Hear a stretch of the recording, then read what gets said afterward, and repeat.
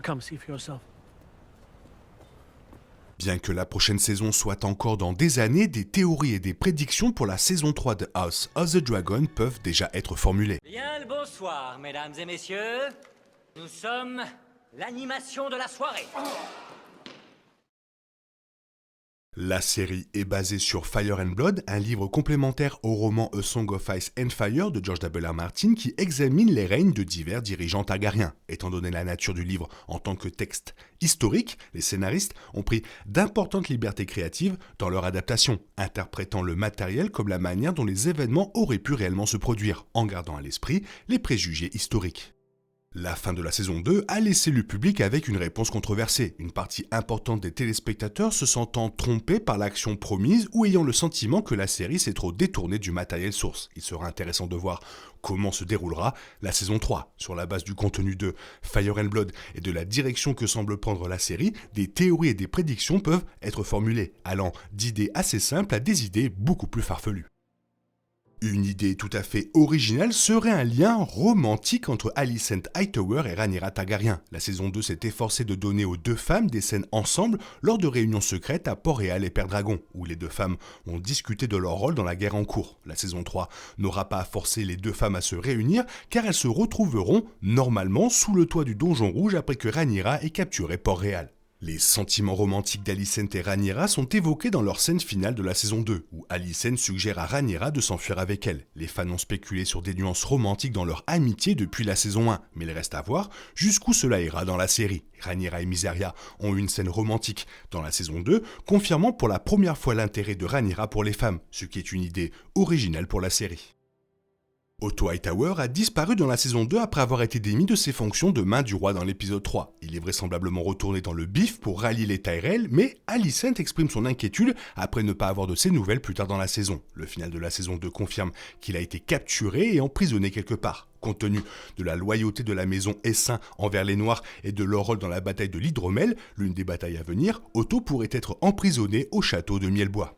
Cela laisserait la place à Daeron Targaryen, le troisième fils de Viserys et Alicent, pour le sauver sur le dos de son dragon Tessarion. Tessarion a été brièvement teasé dans le montage de clôture de la saison 2, volant aux côtés de l'armée des Hightower en marche depuis le sud. Sauver Otto pourrait être la façon dont Daeron obtient son surnom de audacieux dans la série télévisée. Aegon II et Feu du Soleil ont tous deux subi des dégâts massifs lors du siège de repos des Freux, avec le magnifique dragon doré du roi déchiré en lambeaux par Méléis et brûlé par Vhagar. Dans le final de la saison 2, Larry Strong suggère que le dragon est mort, ce qui créerait plusieurs incohérences avec les livres, car Feu du Soleil a un rôle énorme à jouer dans de nombreux événements majeurs à venir. Ainsi, il ne serait pas trop surprenant que l'arc de la saison 3 d'Aegon le voie revenir auprès de son dragon. Dans le livre, le dragon reste près de repos des Freux avec un campement de soldats qui le défendent pendant qu'il guérit. Une force du côté de Rhaenyra tente finalement de l'attaquer, mais le dragon blessé parvient à tenir malgré tous les obstacles, retournant finalement à Aegon plus tard dans l'histoire. Aegon lui-même n'est peut-être pas trop aimé, mais Feu du Soleil est un favori des fans qui pourrait voler la vedette s'il revient. Le final de la saison 2 a presque confirmé que Rhaena réclamerait le dragon sauvage voleur de moutons et la première de la saison 3 pourrait le confirmer en la voyant arriver à Port-Réal pour aider Rhaenyra à reprendre la capitale. Si Rhaena revendique ce dragon, il semble probable que le personnage du livre, Horty, ne sera pas présent dans la série, leurs deux arcs étant essentiellement combinés. C'est un choix intéressant qui devrait avoir des implications narratives plus larges. Si Rhaena revendique voleur de moutons, la position de Rhaenyra sera considérablement renforcée tout au long de la guerre, d'autant plus que Baela chevauche déjà Danselune. Rhaenyra aurait deux fidèles dragonnières qu'elle n'a pas vraiment à ce stade des livres, ce qui rend difficile d'imaginer que les Verts fassent pencher la balance en leur faveur à un moment donné. Il serait également étrange que Rhaena ait passé 3 épisodes à poursuivre le dragon pour ensuite ne pas le réclamer. L'une des critiques jusqu'à présent a été que la série penche trop en faveur de Rhaenyra, faisant d'elle une héroïne qui ne figure pas du tout dans les livres. Un aspect intéressant de son personnage dans le roman est qu'elle a des moments de cruauté et qu'elle n'est pas explicitement une dirigeante meilleure ou plus juste qu'Aegon II, bien qu'elle soit l'héritière légitime. La saison 2 a montré un aperçu de son potentiel de cruauté et d'indifférence, mais la saison 3 pourrait la pousser plus loin dans cette direction. Dans le livre, le retour de Rhaenyra à Port-Réal n'est pas aussi accueillant qu'elle espère. Larys retourne la plupart de la population contre elle, ce qui sera intéressant à voir, étant donné la façon dont la saison 2 a fait de Rhaenyra la dirigeante favorable. Il est possible que Rhaenyra commence à agir de manière plus vengeresse après avoir découvert qu'Aegon a déjà fui la ville, ayant le sentiment qu'Alicent lui a menti et l'a trahi avec sa promesse lors du final de la saison 2. Il est possible que la saison 3 n'atteigne pas la première bataille de Tumbleton, mais les graines devraient certainement être plantées pour les deux traîtres. Ulf semble déjà être un personnage qui changera rapidement de camp lorsque de l'argent, un statut ou d'autres formes de pouvoir lui seront offerts. Mais Hugh a été présenté comme un homme de caractère et de noblesse authentique. Hugh a déjà perdu sa fille et nombreux sont ceux qui prédisent que sa femme sera la prochaine à partir. La femme de Hugh mentionne Tumbleton dans la saison 2, ce qui pourrait la conduire à être présente dans la bataille à venir, la menant à changer de camp à mi-chemin. Hugh pourrait voir sa femme tuée par les forces des Noirs, le poussant à s'en prendre aux Noirs, éliminant une partie de l'armée de Rhaenyra. Il est également possible que la saison 3 voit la division semée entre lui et Rhaenyra lorsque Daemon reviendra à ses côtés, car le prince voyou ne sera probablement pas trop enthousiaste par les dragonniers de basse naissance.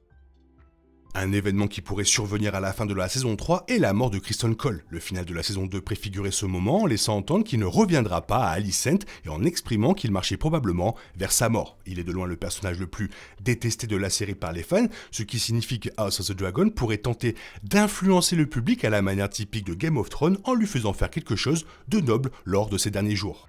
Mais étant donné que Criston Cole se dirige vers Harrenhal pour affronter les Noirs, il est difficile de dire à quoi cela pourrait être. S'il continue de réfléchir à ses actes répréhensibles et continue d'être le plus équilibré entre lui et Aemon, il pourrait conquérir certains publics avant sa mort inévitable. Les derniers épisodes de la saison 2 ont mis en place une rivalité intéressante entre Jaehaerys et les Graines de Dragon, le rendant nerveux quant à la prétention au trône. Jace meurt à la bataille du Gosier dans le livre, et cela est décrit comme une mort semblable à celle d'Icar, où il dépasse ses capacités de guerrier, le faisant tuer par des carreaux d'arbalète. Que ce soit directement ou indirectement, il serait intéressant que Ulf en soit la cause. Poursuivant sa tendance de la saison 2, Rhaenyra pourrait demander à Jace de ne pas participer à la bataille du Gosier en envoyant ses dragonniers remplaçables à la place. Ulf pourrait alors narguer Jaehaerys, le poussant à monter sur Vamax et à tenter de revendiquer une certaine gloire dans le conflit naval. Alternativement, Ulf pourrait le trahir directement au combat, comme Aemon et Aegon au siège dans la saison 2. Terminons par l'une des théories les plus farfelues mais pas impossibles, Daemon deviendrait la corneille à trois yeux. Le final de la saison 2 a vu Daemon être témoin du rêve d'Aegon, la vision prophétique qui a essentiellement lancé la conquête d'Aegon et la dynastie Targaryen à Westeros. Brandon Rivers et la corneille à trois yeux rencontrés dans Game of Thrones, ce qui est essentiellement confirmé par la vision de Daemon dans la saison 2, montrant le jeune Brandon avec un corbeau s'envolant de lui. Toutefois, dans la saison 8 de Game of Thrones, Bran Stark suggère qu'il y a eu plusieurs corneilles à trois yeux au cours des siècles. Le sort de Daemon dans Fire and Blood reste vraiment ambigu après son duel avec Aemon, et la saison 2 a montré Daemon voyant un homme vert à Harrenhal. Étant donné que Daemon et Aemon se battent au-dessus de Œil-Dieu, la théorie impliquerait qu'un homme vert récupère le corps de Daemon, l'emmène sous le Baral et devient la corneille à trois yeux jusqu'à ce que Brandon prenne le relais. Ça fait déjà pas mal de théories, toi quelle est ta préférée? Fais-le moi savoir dans la zone commentaire, sinon il est temps pour toi de reprendre le cours normal de ta vie. On se retrouve bientôt pour une nouvelle vidéo. Bisous bisous, bye bye. Il est impossible de compter sur les autres de nos jours, on est obligé de tout faire soi-même. Je me trompe? Rien de grave, j'avais tout prévu. Où va le monde, je vous le demande.